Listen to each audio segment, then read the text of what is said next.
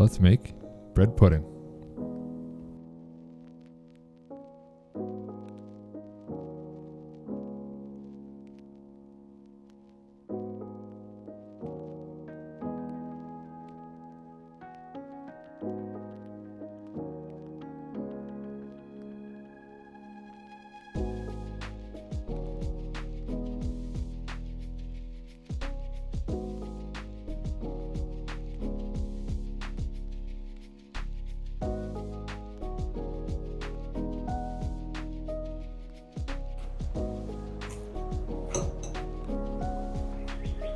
Surprisingly, that pairs. It pairs pretty well.